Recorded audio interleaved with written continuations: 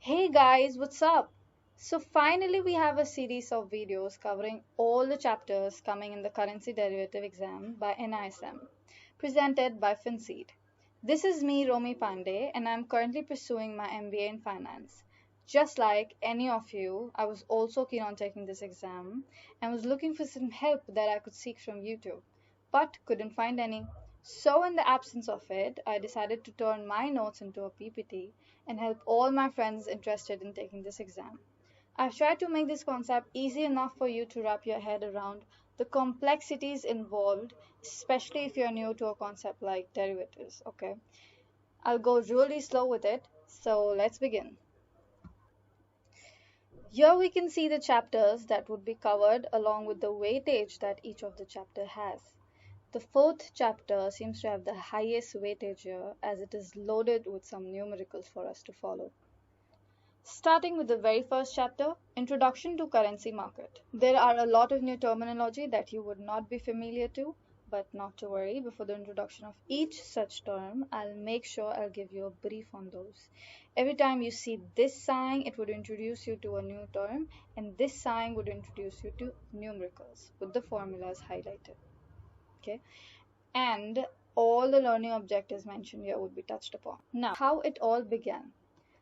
Thousands of years of experimenting with different mechanisms has resulted in giving us a new currency rate system followed by various countries today, starting with barter system, wherein goods were exchanged for each other. For example, you can see in the picture how the bunch of banana is being exchanged for a fish. Such system had its own shortcomings because of the indivisibility of such commodity. Now, how would you expect a cattle owner to know what numbers of cattle he could trade for what quantity of sugar or salt? And the expenses of shipping those goods for trade was also a problem under this system. There was no estimate on what expense would be suitable for them to trade their commodity with other countries, right? So people tested various commodity as the medium of exchange, from food items to metals.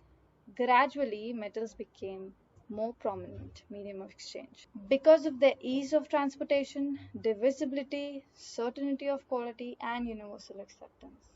So most of the shortcomings under barter system was dealt with here where metal became prominent. Then came the development of paper currency. Now what exactly was this back then?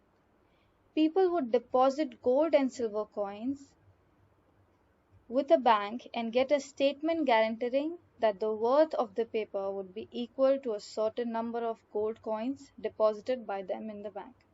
For example, if you deposit gold worth rupees 10,000, then you might get a statement guaranteeing the worth of the paper equal to that 10,000, which may be divided into small units to ease the divisibility of the sum. This marked the beginning of paper currency. Eventually, countries began to trade across borders when they discovered that not all could be manufactured by any nation alone. A recent example would be how India had to take assistance of vaccine made by other countries in order to conduct a large vaccination drive, given the huge population that we have in our country. The other reason why trading across border gained importance was the cost of producing these products was comparatively lower in other countries. This marked the growth of international trade, resulted in evolution of foreign exchange. What is foreign exchange? Foreign exchange is the value of one currency versus the value of currency of other country. Now, what is relative value? Relative value is when one thing is compared to other thing having the similar qualities, like how one currency is being compared to the other currency. So foreign exchange is a relative value concept.